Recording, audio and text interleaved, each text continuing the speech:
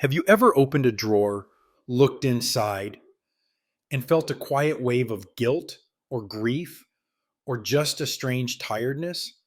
Not because it's messy, but because everything in there once meant something, and now you're not sure what to do with it.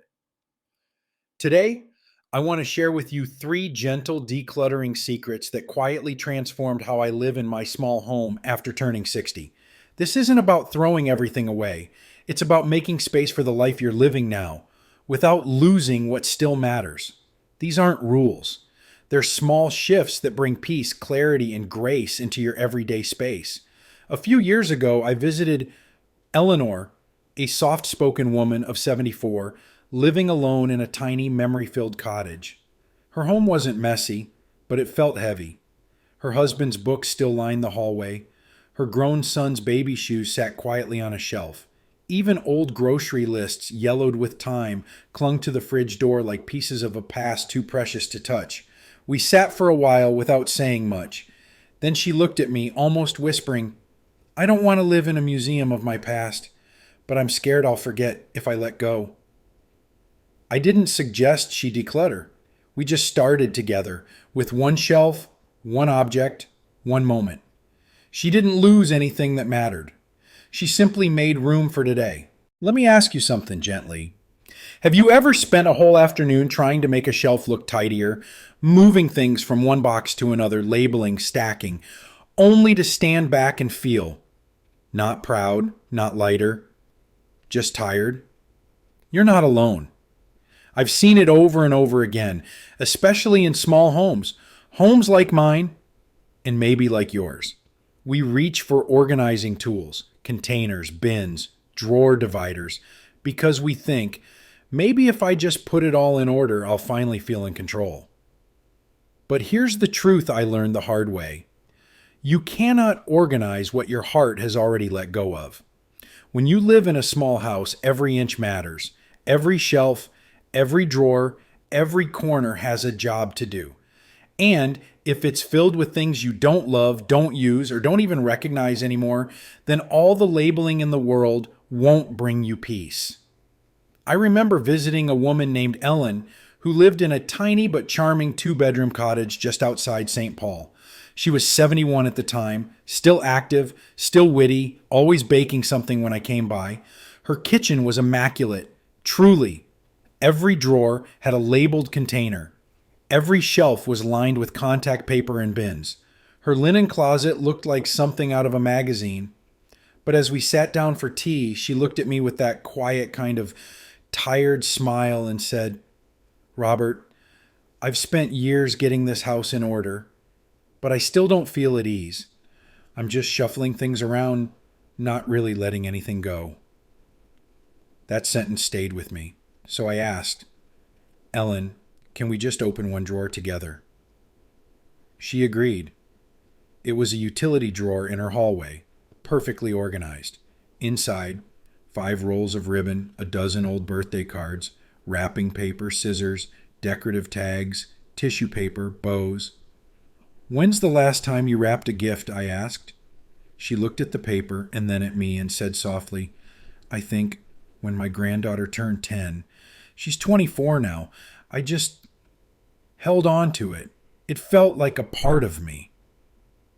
And I understood, because I've done the same thing. After my wife passed, I kept her knitting supplies in perfect order, labeled the yarn by color, kept her needles in a glass jar by the window. I dusted them every week, but I never knit a stitch. One day I sat down and held one of her needles in my hand and said, "Why are you still here?" Not in anger, just in deep honesty. And I realized I wasn't keeping them for her. I was keeping them because I didn't know what it would mean about me, about us, if I let them go. Sometimes organizing is a way we avoid grieving. Sometimes it's how we delay a truth we don't want to face, that a chapter has ended, that a season of life has quietly passed.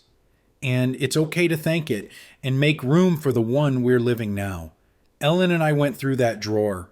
We kept one roll of ribbon, her favorite color, lavender. She gave the rest to her neighbor's daughter who was getting married and planning her own gift table. That drawer didn't look organized anymore. It looked spacious. And more than that, it felt honest. We moved on to her bathroom cabinet, 3 labeled bins all lined up. One for lotions, one for makeup, one for extra. But when we opened the lids, most of what was inside was expired. Some had separated, some were from brands that didn't even exist anymore. She shook her head and said, "I think I was organizing for the woman I used to be, not the one I am now." That right there is the secret. Don't organize for the past. Don't organize for guilt.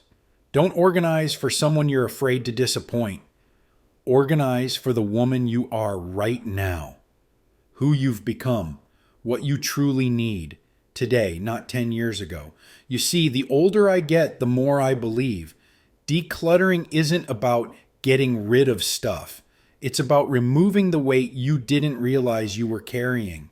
When we keep things out of habit or memory or fear, we end up living under the shadow of our stuff. But when we pause, breathe, and ask, "Do I even want this?" we begin to come home to ourselves again. Not every drawer needs a fancy label. Not every cabinet needs a system. What it needs is clarity, honesty, love. We don't organize to feel in control. We organize to feel free. And freedom only comes when what's left truly belongs to us. So if you're staring at a stack of baskets and bins, wondering why it still doesn't feel right, maybe the question isn't, where should I put this? Maybe the question is, why am I still holding on? And once you begin asking that question, not just once, but gently, day after day, something shifts. You stop craving control and start inviting calm. And that leads us to the next secret. Because when space is tight and things still feel crowded, the answer isn't always to downsize. It's to think a little higher. Let me tell you something I didn't fully understand until much later in life. When you live in a small home, the answer is rarely more square footage. It's more vertical thinking. For most of my life, I thought the solution to feeling cramped or overwhelmed in my home was to clear off surfaces, buy better containers, maybe even donate a few things. And while all of that helped, it never quite solved the heaviness I felt walking through my living room or into the kitchen. The truth is, most of us grew up organizing and decorating our homes by thinking wide, how much we could spread out, how far furniture could go, how to fill the floor space.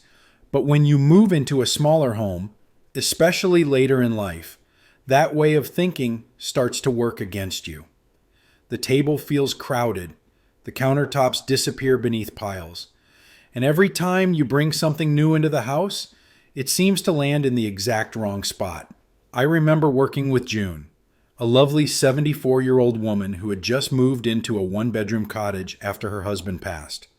The space was bright and peaceful, but when I walked through the door, I saw what she meant when she said, "Robert, I'm drowning in stuff, and I hardly brought anything with me." The countertops were lined with little piles: mail, vitamins, mugs, spice jars, reading glasses, a candle, a note from her granddaughter, a recipe card from 1982. None of it was messy. None of it was wrong. It just made the room feel busy, tight, a little anxious. When I asked her where things went when she wasn't using them, she looked around and whispered, "I guess they just stay here." That moment made something click for both of us. It wasn't that she had too much stuff, it was that everything was fighting for a place to land. And her walls, completely bare. No shelves, no hooks, just empty vertical space waiting to help her breathe. We started small. Above her coffee nook, we installed 2 floating wooden shelves. She placed her 3 favorite mugs on the bottom shelf, along with a tin of loose tea and a sugar jar. The top shelf held a tiny plant and a picture of her late husband smiling in the sunlight. Suddenly, the counter below felt lighter, more inviting. Then we moved to the hallway. We added a vertical mail sorter. No more piles of unopened envelopes drifting from one table to the next. In her bathroom, we found a narrow shelving unit that fit perfectly behind the door. She placed her towels there, along with her hand lotion in a lavender sachet she kept beside the sink. By the end of the day, her home didn't feel like a downsized version of her old life. It felt like it was finally shaped for her present one. I've done the same in my home. In the entryway, I added 3 wall hooks for my hat, my keys, and my cane. In the kitchen, I installed a magnetic spice rack on the side of the fridge. No more fumbling in drawers. In the bedroom, instead of a wide dresser, I brought in a tall, slim chest with drawers that go up, not out. Every inch gained in height gave me back space on the ground, and with it, a sense of ease. And here's the deeper truth I want to share with you, especially if you're a woman in your 60s or 70s, learning how to live with more intention in a smaller home. This isn't just about furniture or layout. This is a quiet lesson in how to live now. You've already spent so much of your life stretching yourself wide for your family, for your children, for responsibilities. But this chapter is about going upward, about simplifying in a way that lifts not just your things, but your spirit. When we think vertically, we don't just free up space. We give our belongings a kind of rhythm, a flow. And with that comes clarity. You're not just stacking things, you're giving them a respectful place to rest. And maybe more importantly, you're giving yourself room to move, to breathe, to just be. So many women I've worked with are afraid that their homes will feel cold or sterile if they remove things from surfaces. But I always remind them, peace doesn't come from emptiness. It comes from intentional space, from being able to walk into your kitchen and know where everything lives, from sitting at a clear table that welcomes you with stillness, not noise, from seeing a bare wall and knowing it's not forgotten, it's available. And I'll say this too, vertical space is gentle. It doesn't demand much. A single hook by the door can hold a purse or a reusable bag. A shelf above the toilet can store the extras you used to hide in baskets under the sink. A tall, slim rack in the closet can hold shoes, scarves, even folded linens, without making the room feel smaller. In fact, the more we lift things up, the more we free our minds from having to manage them down below. I've come to believe that one of the kindest things you can do for yourself in a small home is to ask, what could my walls carry for me so I don't have to? That question is not just practical, it's tender. It speaks to the exhaustion so many women feel after decades of carrying everything for everyone. Maybe now it's time to let the home carry a little weight for you. In small homes, the floor holds your feet, but the walls can carry your peace. So the next time you feel like your space is too full, instead of asking how to get rid of things or buy better bins, try asking, what if I went up instead of out? You may find that everything you need has been waiting above eye level, quietly ready to help. And when your home finally begins to rise with you, supporting not just your routines, but your peace, you'll begin to feel a shift, not just in your space, but in yourself. Because no matter how well we organize or how smart we design, there's one more secret I want to share. And it has nothing to do with walls or storage. It's about honoring the woman you've become and giving her the space to live freely right now. There's a quiet truth I've come to believe deeply, one that doesn't show up in magazines about organizing, or books about downsizing, or even most conversations about decluttering. But I've seen it again and again, not just in other people's homes, but in their hearts. And here it is. You can't truly feel peace in your space until you begin living in alignment with the person you are now. Not the one you used to be, and not the one you thought you had to become. The third and most important secret in decluttering a small home after 60 is not about bins or baskets or clever storage. It's about making room for you, the version of you that exists in this moment. Not 10 years ago, not 20, now. I remember working with Claire, a 69-year-old woman with silver hair and eyes that had clearly seen more than most. Her home was small, a single-level home with a garden in the back where she liked to sit in the mornings. She had lived there alone since her husband passed, and while the house was neat, it was heavy. I don't mean physically, I mean emotionally. There were rooms that looked untouched, closets that hadn't been opened in years, and when I asked if she wanted to start with the guest bedroom closet, she hesitated. Then she looked at me and said, "I think that room still belongs to the version of me who hosted Thanksgiving dinner every year. I don't do that anymore, but it still feels like I'm supposed to." And I knew that feeling, that quiet guilt we carry when our lives change, but our homes still tell the old story. She opened the closet, and inside were serving platters, place cards, a turkey roasting pan, and a stack of table linens that hadn't touched a table since 2013. None of it was trash. All of it had meaning. But meaning doesn't always equal belonging in the present. She ran her hands along one of the embroidered napkins and said, "I loved being that version of me, but I think I've been afraid that if I let go of this, I'll lose her." I sat with her for a long time and then gently said, "You don't have to let go of her. You just have to make space for the woman you've become." That afternoon, she chose 3 pieces to keep: a small gravy boat her husband always filled, one of the embroidered napkins, and a photo of her table from the last Thanksgiving she hosted. She placed them in a shadow box. The rest she donated to a local community kitchen. And for the first time in years, that room became hers again, a space for reading, for painting, for stretching on the floor with her grandniece. She called me a week later and said, "It feels like my home finally caught up to my life." I think a lot of us, especially women, spend decades building homes that serve others. We create spaces for family, for kids, for guests, for memories. But when life changes, when the kids move away, when we retire, when someone we love leaves, we forget that it's okay to redesign the space around us. We feel guilt for releasing what once served us. But the truth is, your home should reflect who you are now. It should hold what brings you ease, joy, comfort, not pressure, not obligation, not ghosts. I did this myself with my garage. For years, it was full of tools, big, heavy, beautiful tools. I used to build things, furniture, shelves, benches.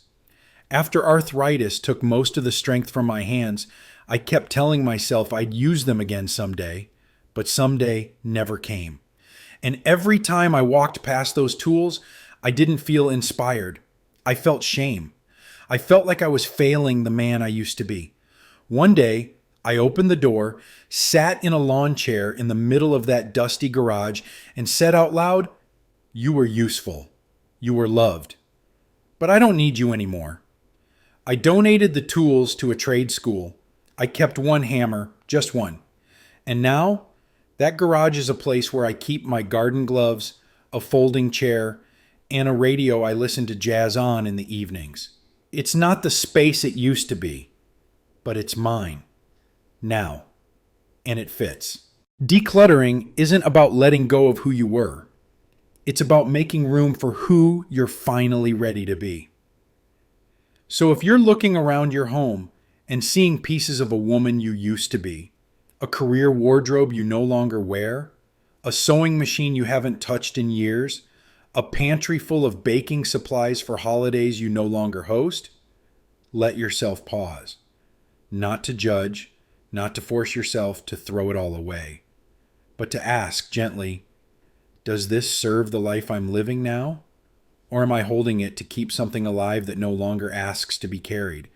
And if the answer is yes, keep it, honor it, place it where you can see it and smile. But if the answer is no, then maybe, just maybe, it's time to let it go.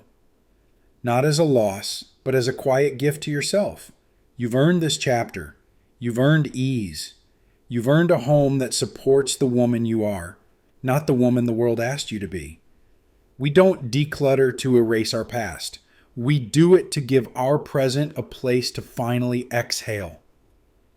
And when you do that, when you let your home become a reflection of the real, living, breathing, evolving you, something changes.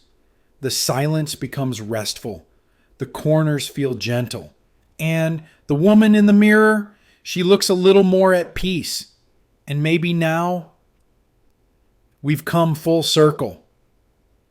Because decluttering was never really about getting rid of things.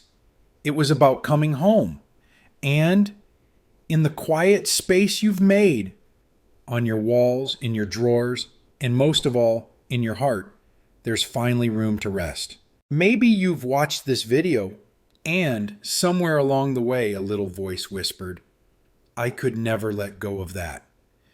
And if it did, I want you to know that's okay. This journey was never about forcing yourself to part with something you're not ready to release. It's not about tossing memories into bags or measuring your worth by how minimal your space looks. No, this is about something much quieter, much deeper. It's about learning how to make peace with what stays. Because peace doesn't come from having less. It comes from holding on to only what truly matters more. When we stop trying to keep everything, we give our lives room to breathe again. And that space, it isn't empty. It's full of possibility, of presence, of softness, of mornings that begin without frustration, of rooms that welcome you, not demand from you. If you're wondering where to begin, begin small. One basket, one drawer, one shelf, and ask yourself, gently, do I use this? Do I love this? Does this support the life I'm living now? And if the answer is no, then you're not losing something. You're gaining space. You're gaining light. You're gaining breath. I've seen this transformation again and again in homes, yes, but more importantly in hearts.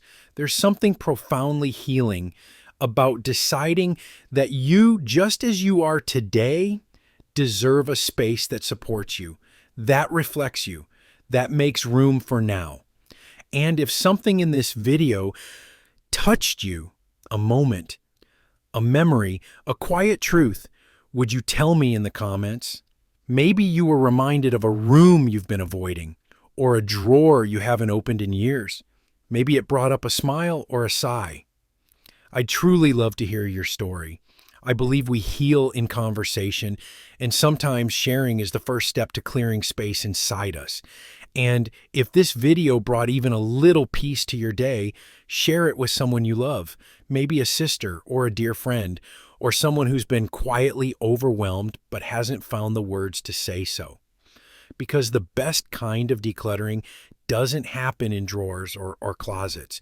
It happens when we gently clear space for what truly matters. And if you're still here, still listening, I want to thank you. It means you're ready, not to let go of everything, but to hold on more wisely to what gives you peace.